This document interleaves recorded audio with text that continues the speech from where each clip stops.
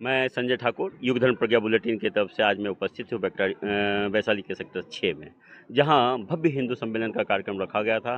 कार्यक्रम संपन्न हो चुके हैं। बहुत सारे बुद्धिजीवी वैशाली क्षेत्र से यहाँ उपस्थित थे, अपने परिवारों को, अपने बच्चों को, अपनी पत्नी को लेकर के आए हुए थे, ताकि वो हिंदू संगठन, हिंदुत्व के बारे में समझ सकें। जो वो भूल चुके हैं, चाहे उनका समय नहीं मिल पा रहा है, उनके बारे में समझने का प्रयास कर रहे थे। काफ़ी विद्वान आए थे, एक्सपर्ट आए थे, जो अपने अपने विचारों को रखा है, उससे लोग प्रभावित भी हुए हैं। हमारे बीच 3-4 बुद्धिजीवी जुड़े हैं।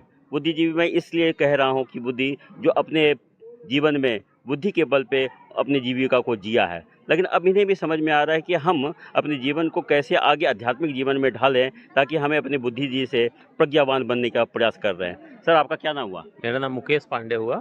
सर, आपका क्या नाम हुआ? रुपेश राय। रुपेश राय जी। आपका सर? मेरा नाम जितेंद्र सिंह। जितेंद्र सिंह जी। सर, आप यहाँ क्यों आए थे? ऐसे सब लोग एक सेक्टर में रहते हैं, कभी ऐसे मौके नहीं आते जहां हम लोग एक जगह मिलें, अपने समाज को आगे कैसे लेके जाए, हमारे समाज की जो कमियां हैं उसको कैसे दूर किया जाए, कैसे समरसता प्रभाव समाज में फैली कुरीतियों को कैसे ख़त्म किया जाए, आने वाले समय के संघर्षों को, आने वाले थ्रेट्स जो हैं, चुनौतियों को समझने के लिए हमें एकजुट होकर उन चीज़ों से अपने समाज को आगाह करने के लिए यहाँ पे हम इकट्ठा हुए थे। बहुत अच्छा, बहुत अच्छा। आपके विचार बहुत उत्तम हैं।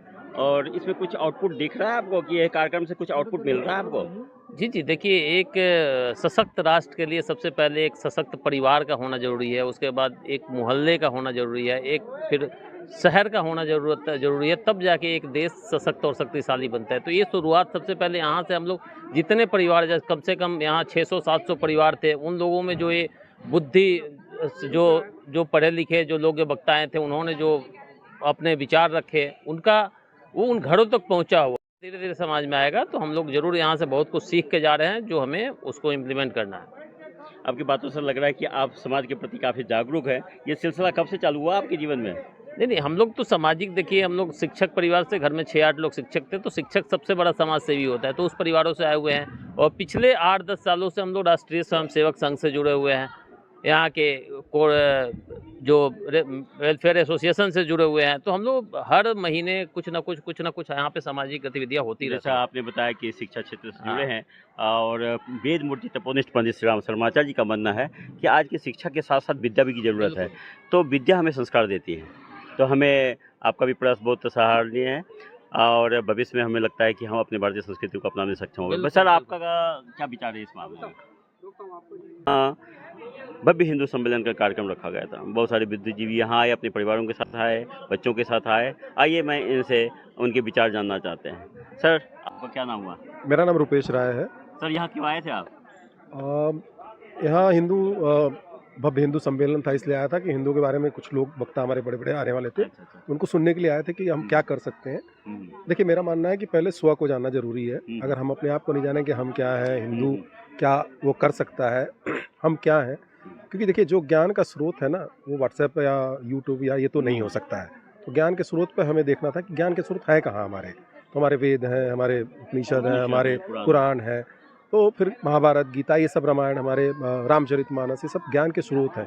क्योंकि हमारा ऑब्जेक्टिव, जो हमारा उद्देश्य है जीवन, यही चीज़ है। हम धीरे धीरे इन सब चीज़ों को जैसा मुझे भाई साहब बता रहे थे कि आप मैनेजमेंट के क्षेत्र में रहे हैं। जी बिल्कुल। तो इसमें आप सामाजिक प्रबंधन और कोई बिजनेस मैनेजमेंट की बात करता है, जीवन प्रबंधन में आपका क्या विचार है? जीवन प्रबंधन ही हम करते हैं, क्योंकि मेरा पूरा 24 साल केवल ह्यूमन रिसोर्स मैनेजमेंट में निकला है। हाँ, तो पूरा उसी में निकला है। तो मेरा काम ही माइंडसेट चेंज करने का है। अच्छा। क्योंकि अगर माइंडसेट चेंज नहीं होगा, आदमी का अगर बुद्धि में कुछ नहीं आएगा, इंस्पायर नहीं, बड़ा अनुभव है, तो आप क्या कमी देख रहे थे? क्या कारण माइंडसेट नहीं चेंज हो पा रहा था? क्या कारण है? क्या करने चाहिए? उस पर हमारा फोकस ही नहीं है। हमारा फोकस, ऑर्गेनाइजेशन का फोकस, किसी भी कंपनी का फोकस केवल रहता है कि हमारा काम हो जाए। हाँ। कभी उसको अपने एम्प्लॉय से नहीं मतलब है। तो जो अपने एम्प्लॉय पर फोकस शुरू किया, वो कंपनी आज टॉप पे है। बहुत सी कंपनी जो अपने एम्प्लॉय, टाटा का मैं एग्जांपल लेता हूँ, इन्फोसिस हो गया, बहुत से एम्प्लॉय पे ध्यान दिया। और वो केवल माइंडसेट पर ध्यान देते थे कि हम अपने एम्प्लॉइज के माइंड को कैसे इंस्पायर करें कि वो अपने से काम, मतलब एक होता है ओनरशिप लेना कि ये काम मेरा है, मैं ही करूँ। आपके पॉइंट ऑफ व्यू से सोचना गलत है। आपको अगर 1 सेकंड के लिए आप उसकी जिम्मेदारी ले लें, तो आप तुरंत सोल्यूशन भी निकाल देंगे। बिल्कुल। और हम क्या कहते हैं कि तुरंत ये मेरे से मतलब नहीं है इसका, ये उनसे मतलब है तो मैं वो क्यों। mindset तो हो गया जैसे ही आपने माइंडसेट ये वाला डाला तो आपका सोल्यूशन वहाँ जीरो हो गया, आप निकाल ही सोच ही नहीं पाएंगे, उस डायरेक्शन में सोचेंगे ही नहीं।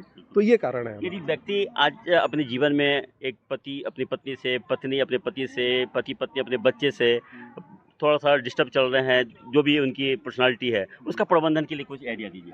देखिए इसके लिए सबसे बड़ा जो भारत में सबसे अधिक प्रॉब्लम है, क्या पूरे वर्ल्ड में है, एक्सेप्टेंस की, एक्सेप्टेंस की स्वीकृति ओह, नहीं है। क्या बात है, एक लाइन में अपनी सारी बात बता हाँ, तो अगर स्वीकृति किसी चीज़ की, जैसे मैं अगर मान लूँ कि आप ऐसे ही रहेंगे, आप ऐसे ही बोलेंगे, तो मुझे आपसे कभी प्रॉब्लम होगी नहीं। बिल्कुल बिल्कुल तो मुझे हमेशा प्रॉब्लम इसलिए होती है कि मैं चाहता हूँ आपको अपनी तरह से बना लूँ। तो ये बात देखिए कितनी अच्छी निकल के आ रही है, सारा सोल्यूशन आपके शब्दों में है और आप एक्सेप्टेंस में है। अब और भगवान कृष्ण में गीता में कहते हैं समत्वम योग उच्यते। यदि जो भी परिस्थिति है उसमें आप समभाव की स्थिति बना लें तो निश्चित रूप से सारे संसार अपना कहें। किस विषय में विचार? आज का कार्यक्रम कैसा लगा? आज का कार्यक्रम बहुत बढ़िया रहा। हिंदू भव्य हिंदू सम्मेलन हुआ था जिसमें हम लोगों ने बढ़ चढ़ के जो भी सहयोग रहा वो किए हैं। और हिंदुत्व मतलब की अपना बात देश का भविष्य उज्जवल है। हाँ, उज्जवल हो, उज्जवल है कि उज्जवल हो? है ना? उज्जवल है। अच्छा वो बिल्कुल। नहीं होने का तो कोई संभावना नहीं है, है आगे हाँ, बिल्कुल केवल है। हम ऐसा तो नहीं करें गर्व से कहो हम हिंदू हैं नहीं, और नहीं, फिर हम नहीं, इधर गर्व सिगरेट से कहो पानी हम कट्टर सब हिंदू हैं। बच्चे सब करने लगते हैं, नहीं, तंबाकू गर्व खाने से लगते हैं। कहो हम कट्टर हिंदू हैं। अच्छा, हम केवल हिंदू नहीं हैं, हम कट्टर हिंदू हैं। लेकिन हिंदू का कट्टर जो सनातनी है। जो हिंदू की जो परिभाषा हमने जो पढ़ी है, कहा जाता है कि हिंदू एक जीवन पद्धति है, उसको जीना पड़ेगा। यज्ञ जीवन और देवी देवताओं वैदिक परंपरा, इसको जीनेंगे तभी हम हिंदू वास्तविक हिंदू कहलाएंगे। इसमें भी कुछ प्रयास कर रहे हैं सर आप लोग क्या? देखिए प्रयास एक आदमी से तो नहीं हुआ, लेकिन प्रयास एक शुरू तो हो चुका है। अब लोगों के मन में आने लगा है कि हिंदू के बारे में थोड़ा जाने, क्योंकि बिल्कुल हम लोग अभी तक तो सोचते ही नहीं। पढ़ रहे हैं, कॉन्वेंट एजुकेटेड पढ़ रहे हैं, 14 अगस्त को ही स्वतंत्रता दिवस मना लिया जा रहा है, 26 जनवरी 24 को ही मना लिया जा रहा है, और वहाँ जाके बच्चे क्रिसमस मना रहे हैं। तो ये सब चीज़ें अब लोगों को समझ में आने लगी कि ये नहीं करना मतलब हमें चाहिए। चिंता की जरूरत नहीं है कि हमारा भविष्य भारत अब सुरक्षित है। मुझे लगता है सुरक्षित ही इसके है। लिए हमारे सेक्टर में बहुत सारे कार्यक्रम होते हैं। साल में 2 बार मद्य भागवत का पाठ आयोजन होता है जो 6-6, 7-7 दिन चलता है। प्रत्येक शनिवार को मंदिर में हनुमान चालीसा का 11 बार पाठ किया जाता है।